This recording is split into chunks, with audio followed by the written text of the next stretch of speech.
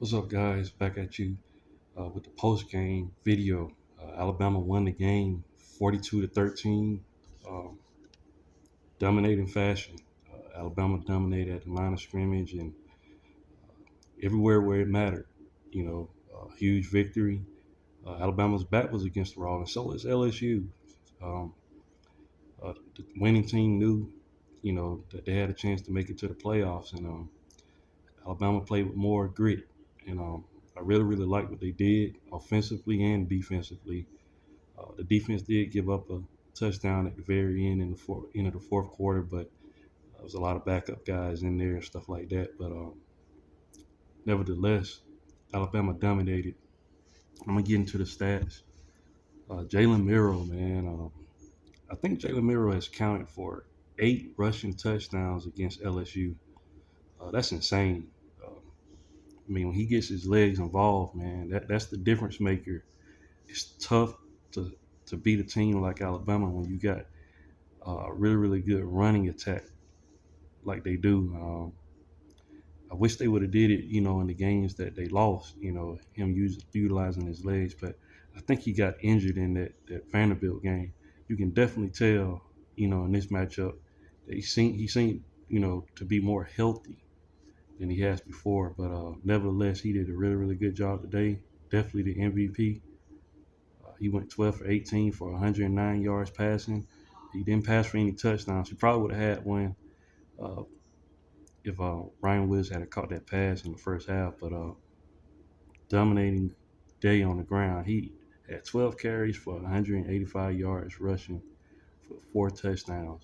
He was averaging 15.4 a rush. So there you have it. LSU has struggled with running quarterbacks, mobile quarterbacks.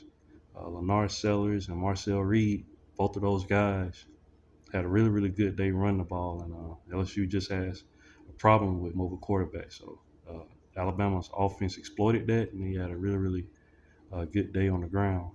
Jam Miller, he had 38 yards rushing. Justice Haynes had 23 yards rushing and a touchdown, but Alabama was able to amass 311 yards rushing on the ground. So there you have it. It was averaging 6.5 yards a rush. So really, really good running game in this matchup. Passing wise, like I said, 109 yards passing. Jam Miller was the leading receiver with 50 yards receiving. Like I said, just a quiet day receiving for wide receivers, but you can tell the game plan was to run the ball, and Alabama did that with ease for the most part. You know, dominating victory for Alabama. For LSU, passing wise, Nussmeier passed for 239 yards. He had that one touchdown and 2 interceptions. Uh, Coming to this matchup, I knew Nussmeier had issues with turning the ball over. He fumbled the ball. He threw an interception, two of them actually, and Ray Hubbard, man, coming through for Alabama on that back end. It seems when he's in the game, the defense, the secondary plays really, really good when he's in there. Um, Keon Sabb might be fighting for his job, man.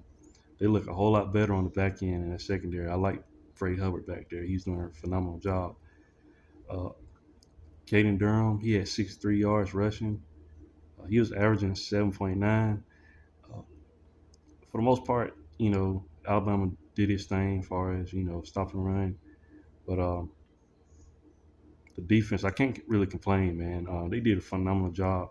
LSU was only able to get 6 points, 2 field goals in the first half, and like I said, that last touchdown late in the quarter, that was just what they call it, garbage time touchdown. But really, really good job, you know, for the Alabama defense receiving.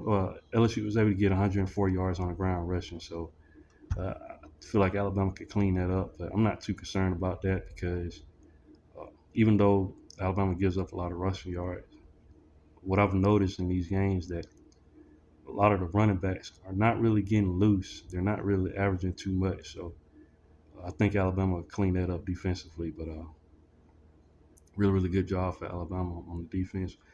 Uh, Alabama's uh, secondary did a pretty good job of holding Kyron Lacey He had 5 receptions for 79 yards and just that one touchdown at the end. But for the most part, Alabama's defense kept him in check. So that was good to see, man. LSU is really, really talented at the wide receiver position, but you got to take your hat off to the Alabama defense. Uh, they're playing at an elite level right now.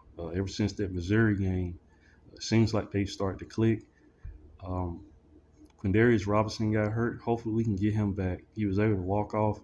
Hopefully, it wasn't too bad of an injury. Also, Jaden Roberts went out as well. So hopefully, those guys can come back, and Devontae Smith as well, um, the DB for Alabama. Hopefully, those guys can get back. But you know, other than that, Alabama shut them down. Josh Williams had 38 yards. Aaron Anderson thought he was going to be a big factor for LSU. He only had 27 yards. And receiving corps was only able to get 239 yards receiving with that one touchdown. So, man, I'm happy. Alabama went out there and dominated. And I've noticed a trend. It seems like when Alabama has a bye week, Alabama plays at a very, very high level. Alabama had a bye week right before they played Georgia, and you saw what happened in that matchup. They just didn't finish in the second half. But Alabama could have really dominated Georgia. Georgia was scoreless. Well, not scoreless. They did score a touchdown in the first half in the matchup, but you get my point. Alabama's defense, man, and offense, when both sides are playing really, really well, Alabama can be a very, very tough team to beat. And another bye week, and Alabama comes out looking like this. Hopefully, they can sustain this going forward. It's not over yet. We still got games to play. I think we play Mercer next week. And we got to go on the road again. We got to play Oklahoma. That's going to be a tough matchup. Uh, and also, we play Auburn. So, still more games to play. But hopefully, Alabama can finish out the season. And they showed this, the stats for, potential, SEC championship. Alabama's right there. You have Texas at number one. Alabama had like a 48%, almost 50% chance to make it to the SEC championship. So that would be interesting.